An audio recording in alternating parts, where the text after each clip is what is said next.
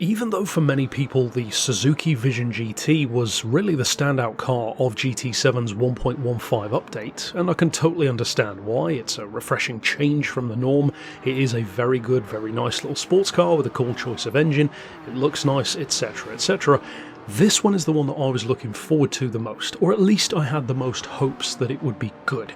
The Toyota GR010 Hypercar. The first ever hypercar to be featured, of course, in Gran Turismo, because it wasn't a category before at Le Mans, and being a huge Le Mans nut myself, I'm always stoked to see more prototypes, Group Cs, GT1s, hopefully even LMP 900s at some point, back in Gran Turismo. But with the real-life hypercar class being, if nothing else, about reducing costs, it means that you should enter it with, well, measured expectations. It's kind of designed to be a less than LMP1 kind of approach, but with as close to that kind of performance as you can get with a lower budget. So in other words, I wasn't expecting Can-Am or monstrous GT1s or Group C kind of performance, but that's why this is so good, because it's actually so much better than I thought it was going to be. And in fact, it's so much better than its spec would imply. See, the power is 670, which doesn't sound that crazy. The weight is also surprising. It's a lot heavier than most LMP1s are, over 1,000 kilos in fact, 1,040, whereas most of those tend to be around 900, and of course when you go back as far as the Group C era, some of those get down closer to 800, like the Mazda 787B, so this is really heavy, and to put that into some perspective, it's 40 kilos heavier than the Nissan R390 was in Gran Turismo's past, which itself was already pretty heavy for that caliber of car. But this thing is great. I love the GR10 in this game. The handling is so forgiving, the boost system offers it a tremendous amount of grip, sometimes too much grip. It does have a little bit of understeer, sometimes more than a little bit, which definitely gives this car limitations, and I'll talk about that more in a second, but it really is a car that belies the on-paper numbers.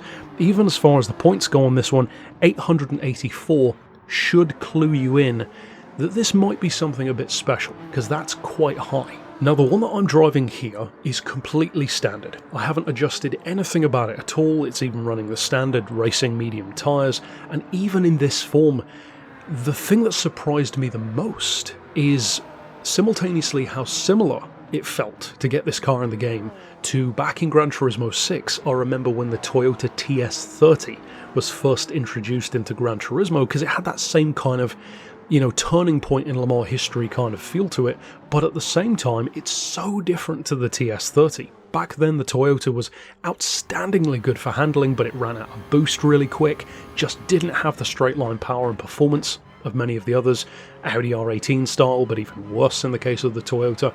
But then this, well, I expected it to be similar, really good through corners, but probably not as strong in a straight line. Boy was I wrong. This thing is so quick for acceleration thanks to partially the boost, the top end speed even with downforce being quite high in its stock form is really good. It can exceed 210 miles an hour, no problem at all.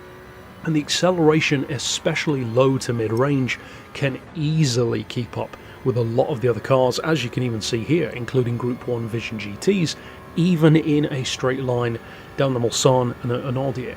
Now with that being said, the disadvantage of that huge amount of grip usually comes at the expense of, I would say, higher skilled drivers. This is a car which I would say is really, really good for people who are less experienced with prototypes, maybe to a medium level of skill. If you're a super high skilled, like top 1% in the world kind of driver, you may find this car to have limitations which you might not like. So the mid-corner understeer, for example, just isn't as sharp as some more traditional prototype racers. And that means that if you push it super hard, this one may well turn out being slower than some of the cars which on paper don't have as good handling. So it's a bit of a swings and roundabouts kind of car. I would describe it as being kind of the Nissan GT-R of prototypes, super forgiving, fantastic straight out of the box, but maybe a little heavier feeling than some, and technically that's because it is heavier than some, but across the board I'm really, really pleased with how cool this car is, how good it is in the game, and I will certainly be using it quite a bit, at least in events which allow for it. Now for those who are interested in the upgrades, can you do anything to it?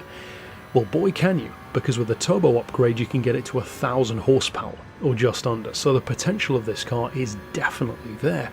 And driving this thing makes me really sad that the road-going version isn't going to happen anymore, or at least it looks that way, because it would have been a tremendously capable road-going hypercar, even if it had around 670 horsepower. What a machine that would have been, and kind of the spiritual successor to the admittedly failed attempt of a road car in the form of the GT1, as awesome as that is.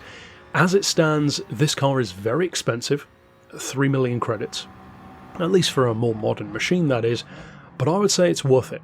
It's not necessarily going to be the top of every leaderboard. I could be wrong, but I wouldn't expect that to be the case. But it is so forgiving, such a pleasure to work with, and such a deeply impressive and deeply capable car straight out of the box, which only gets better with tuning, that yeah, I would say it definitely lives up to what I was hoping it could be, and even surpass that, to be honest. It's a fantastic introduction to hypercar class racers in Gran Turismo. I really hope that we get more. For me personally, especially the Peugeot, I would love to see the Peugeot hypercar in the game, but of course that remains to be seen. Ultimately, check out the car if you haven't had a chance. It's well worth a look, and I would say, in my opinion at least, I prefer this over the TS50, even the TS30, that kind of thing, and with recent Le Mans not interesting me as much anyway, the cars to me have become a bit samey more than they were before, this really is a refreshing change of pace.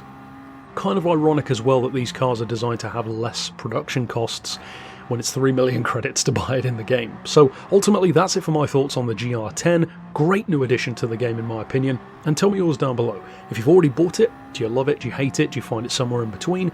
What about with tuning? Do you find it to be particularly good for a certain track or a certain event? Of course, weigh in with your thoughts down below, and if you haven't bought it yet, you might want to consider doing so. But I'll see you next time with more reviews, and for now, as always, thanks for watching.